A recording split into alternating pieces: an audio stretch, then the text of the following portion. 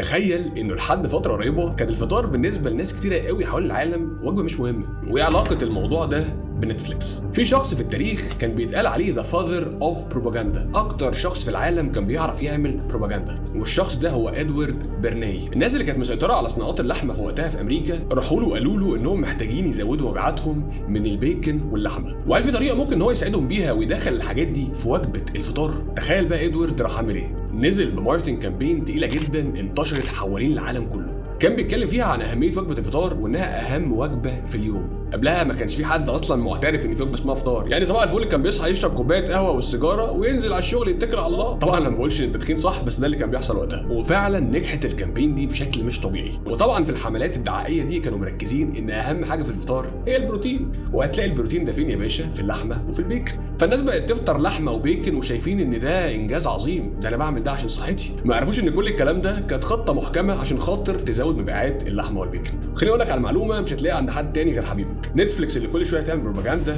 وعلى حسب التوجه العام بتاع الاجندات بتاعتهم الكو فاوندر بتاع نتفليكس يبقى ابن اخت ادوارد برنيس. انا مش محتاج اقول لك بقى حاجه، واظن الرساله وصلت.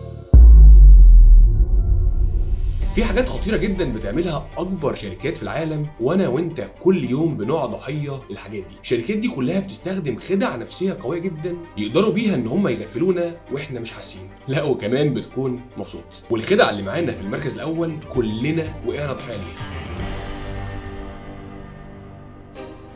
عمرك قبل كده اتسألت ليه الايس كريم بيطلعوه بمعلقه مدوره مش معلقه عاديه؟ الحقيقه ان في سببين للموضوع ده، والسبب التاني هيزعلك شويه. اول سبب انك لما بتغرف الايس كريم بالمعلقه المدوره بتطلع البوله بتاعت الايس كريم مدوره، فبيبقى شكلها في العلبه احسن. السبب التاني بقى واللي علشانه فعلا عملوا المعلقه المدوره دي هي ان المعلقه دي بتطلع كوره حجمها من بره اكبر بس مفرغه من النص. ولو وزنت كوبايتين، واحده فيها بوله ايس كريم متاخده بمعلقه عاديه والتانيه بمعلقه الايس كريم، هتلاقي اللي بالمعلقه العاديه اتقل.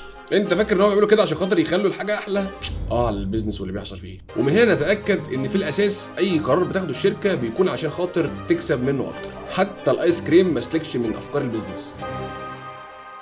لو دخلت اي براند من البراندز اللوكسجري قوي في الهدوم او في العربيات هتلاقي حاجه غريبه جدا بتحصل جوه. هتلاقي الناس اللي شغالين في السيلز هناك تنكه قوي ومناخيرها في السماء. لو شفته وهو بيتكلم مع الزبون المليونير او الملياردير اللي داخل له. What kind of car you drive anyway? I'd say Lexus 430. It's like a Toyota. تحس ان البياع ده بيعمل فلوس اكتر منه، وده اللي سبب سايكولوجي مهم قوي. لما بتتعامل مع الشخص الغني بطريقه عاديه، الشخص الغني بيحس ان البياع ده شايفه مش قادر ان هو يشتري من محل، فبيجاوب على قد الاجابه وخلاص عشان خاطر ما يبقاش قليل الذوق. فده بيحرك قوي كبرياء الناس الاغنياء، اللي هو يا باشا انت فاكرني معيش فلوس ولا ايه؟ ده اشتري عربيه واثنين وثلاثه. وفي بعض الاوقات بيكون الشخص الغني مش مقتنع اصلا بالحاجه دي، بس بيشتريها عشان خاطر هو حس ان كبرياءه انجرح. واللي حصل ده الاسم العلمي بتاعه ايموشنال باينج. بس اللقطه ان المعامله التنكه دي لازم تتعمل من غير قله ذوق. What about the light? What about this? You cannot talk to customers like that. لان لو هو حس بقله ذوق هيقول لك ابوك على ابو الشركه بتاعتك ويسيبك ويمشي. ليه بقى بقول لك انت المعلومه دي؟ عشان خاطر انت لو بتطبق الكلام اللي بيتقال في الفيديوهات اللي فاتت والفيديوهات اللي جايه ربنا يكرمك ان شاء الله تبقى غني. فلما تبقى غني ما يضحكش عليك، انا ما يرضينيش انك انت يضحك عليك. تعرف ان في خدعه نفسيه بيستعملها معظم البراندز الكبيره عشان تحببك جدا فيهم وتخليك تشتري منهم من غير ما تفكر، وسهل انك انت تطبقها في البيزنس بتاعك، سواء دلوقتي انت عندك بيزنس او في المستقبل ناوي ان شاء الله ربنا يكرمك وتفتح بيزنس ويبقى عندك لويال كاستمرز زي ماكدونالدز وستاربكس. البراندات الكبيره زي ابل ونايكي والفي، انت مش بتدفع في البراندات دي فلوس كتيره عشان بس كواليتي الحاجه، انت كمان بتدفع فلوس مقابل القصه بتاعتهم والمنظر الاجتماعي اللي بيديهولك بسبب القصه دي. والحاجه دي هي ذا رول اوف 3، وهي قريبه من الباترن او الطريقه اللي بيشتغل بيها علينا، وبسبب الحاجه دي البراند بيعلق في دماغك. هتلاقي السلوجن او الشعار بتاع اي شركه متكون من 3 كلمات زي ماكدونالدز I'm loving it، ونايكي جاست دو ات. لما تيجي تعمل اوبشنز لاي حاجه خلي فيه 3 اوبشنز، يعني لو داخل على خطه الاسعار هيلاقي فيه 3 اوبشنز، ولو بتبيع منتج زي قهوه يكون فيه برده منه 3 احجام سمول وميديوم ولارج. الطريقه دي بتخلي الناس تشتري اكتر وتشتري الحاجه اللي في النص. هو مش عارف حجم القهوه بتاعتك ايه فبياخد اللي في النص وخلاص. وهي دي الطريقه اللي تقدر بيها تخلي اي حاجه تثبت في دماغ الناس.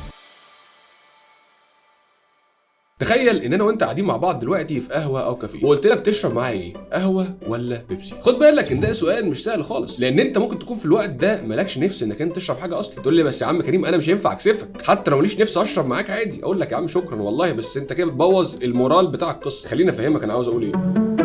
المهم ان انت اغلب الوقت في الموقف ده هتضطر انك انت تختار حاجه من الاثنين اللي انا قلت لك عليهم، عشان انا بينت لك ان هم دول الاختيارين الوحيدين، مع ان في اوبشنز اكتر من كده بكتير. وهذا ما يعرف بالفريمنج بايس او الخيار الالزامي، وهو ببساطه ان انا بعرض عليك حاجات باختيارات قليله او محدوده، فبنسبه كبيره بتضطر انك انت تختار منها، مع ان مش دي كل الاوبشنز اللي موجوده في العموم. والتكنيك ده بتعمله شركات كتيره قوي، ومن ضمنهم الشركه المفضله الى قلبي ستاربكس. لما بتروح هناك تطلب قهوه بيقول لك عاوز الكوفي ميديوم ولا سترونج، في معظم الاحيان هتختار الميديوم على اساس ان هو مش هيزود عليك فلوس، بس اللي انت ما تعرفوش ان ايا كان اختيارك ايه هو هيزود عليك فلوس، لان في اوبشن ثالث وهو انك تقول له انك عاوزها عاديه. بس طبعا غالبيه الناس ما تعرفش الموضوع ده.